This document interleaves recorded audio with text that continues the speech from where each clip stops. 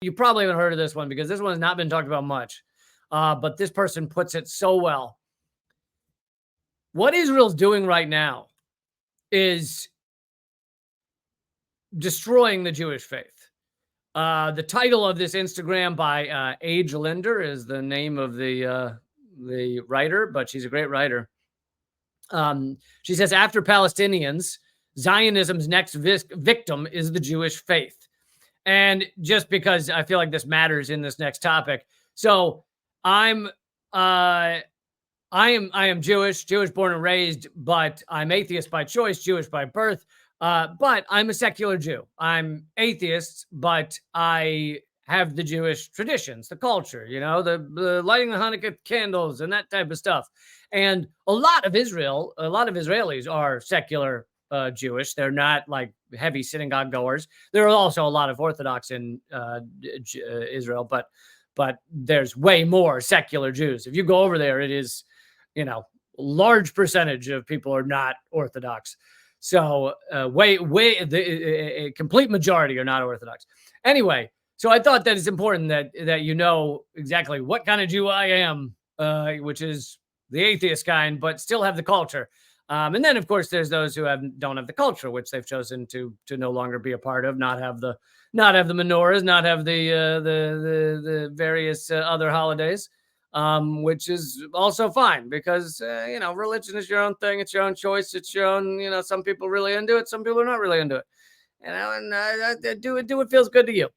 But anyway, so this post continues. Israel's use of religious symbols in its genocide of Palestinians is an affront to Judaism and has robbed Jews of a faith practice divorced from nationalist barbarism. And how beautifully is that part? That if I'm going to have a religious culture, now I wouldn't call mine faith because I'm atheist, but if I'm going to have a religious culture, I would like for it to be divorced from nationalist barbarism. How about that? How about we not connect it to nation states? Which, by the way, the modern term nation state didn't even exist when these religions, Christianity, Judaism, all of them started. So the idea that you're going to link yours to a nation state is fucking dumb. But anyway, practice divorce from national barbarism. Israel has stolen and appropriated Jewish symbols. And of course, she's talking about the fact that the Jewish star is the flag. I mean, that's essentially all the flag is. They have Jewish stars on everything that says Israel, and that's one of their biggest things. Well, okay, fine. You have a Jewish state, which is anti-democratic. I think we can all agree on that. But to take that symbols and associate them in the mind of the world with your nation state and its barbarism and its atrocities is truly screwed up and just destroys the faith or the religion or the culture that is Judaism for so many others who have no link to your atrocities, your war crimes.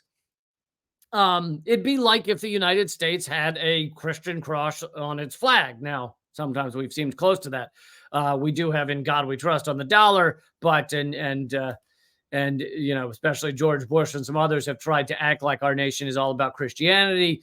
But if it were on the flag, and so every time one of these bombs is being dropped, you saw a Christian cross on the bomb. Well, what does that mean to Christians around the world who have nothing to do and do not support the atrocities, the war crimes, the killing of innocents that the United States has been involved in? Think about that. Now, the Christians are lucky. There is no Christian cross on the U.S. flag, but, sometimes it seems close. Israel stolen and appropriated Jewish symbols we hold dear, politicizing them as markers for state-sponsored genocide. Palestinians continue to suffer for Western Empire's spoils under the guise of safeguarding the Jewish people. After Palestinian Zionism's next victim is the Jewish faith. Israel and Zionists around the world weaponize Jewish symbols to intimidate, humiliate, and lay claim to that which they deem theirs. Israeli soldiers have branded the face of Palestinian prisoners with the Star of David. Israeli forces notoriously make blindfolded kidnapped Palestinians wave or wear the Israeli flag emblazoned with the Star of David. Israel and Zionists around the world weaponize Jewish symbols to intimidate, humiliate, and lay claim to that's what they deem theirs. Israeli soldiers, for some reason that is on two of her pages at once, so sorry for rereading that. Israelis taunt Palestinians with cheers of Happy Hanukkah during starvation. How will the Jewish people, being inextricably tied to mass murder, protect Jewish people globally? And this relates to a point that I have tried to make several times, which is that one of the most harmful things that is being done to Jews around the world is Israel's actions, because it is ramping up real anti-Semitism. And I don't mean the bullshit anti-Semitism that Israel tries to point at anybody who speaks out against them and says you're anti-Semitic, like they did against Jeremy Corbyn. They sunk his career, and like they've done against so many others, is just say, oh, you're anti-Semitic if you criticize Israel. I'm not talking about that kind of fake anti-Semitism. I'm talking about real, legit, goddamn Nazis, like the ones in Ukraine that have swastikas on their helmets. I'm talking about those kind, and the kinds in the United States, the white supremacists in the United States, etc. That is getting ignored because this fake anti-Semitism that's used to try and for Israel to try and shut up any critique of them, it is actually increasing anti-Semitism. It's also increasing anti-Semitism in that many people around the world hate this genocide, hate to see it happening, hate to see so many dying, so many innocent people dying and children, etc. And some of them are, again, low information, and they point at all Jews for what's happening against Gaza, which is, yes, ignorant, but it does happen, and that is the fault of Israel. So there's just so many ways that Israel is making the world worse for Jews via this genocide. Let's see. As Jews around the world prepared for the start of Hanukkah this year, Israel murdered a beloved powerhouse intellectual. I covered this on the show. The poet and educator, Dr. Rafat Al-Arir, who they targeted. They made sure they executed him for being a well-known academic and for speaking out on Twitter and other platforms.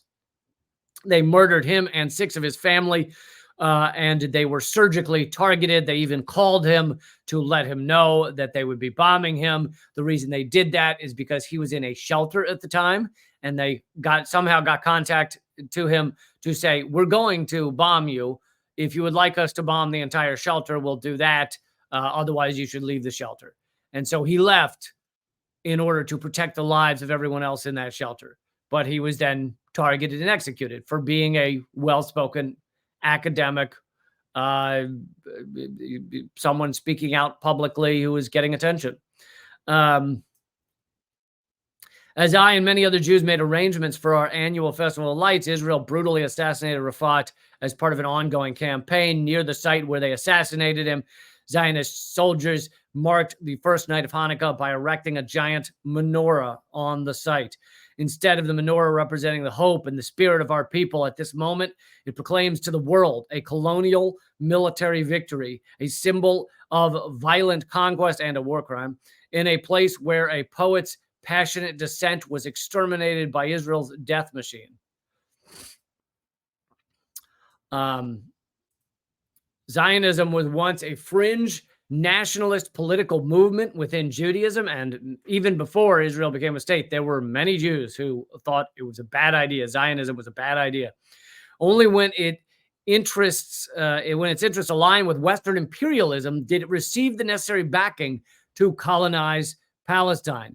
But so long as Zionist nationalism has existed, so have anti-Zionist Jews, rejecting the notion that our people should murder and displace Palestinians to build a Western-backed settler colony. Anyway, she makes several other great points, but the one that I wanted to get to there that I have not talked about, despite, doing 3 months of live streams on this genocide, is that this is incredibly harmful to the Jewish faith, Jewish culture around the world, even for people that have nothing to do with this genocide, don't support it, are outspoken against it. It still is harming the religion or the culture because the Jewish star is now being connected with genocide. And that's all thanks to Israel, thanks to the settler colonial ethnic cleansing project that is Israel.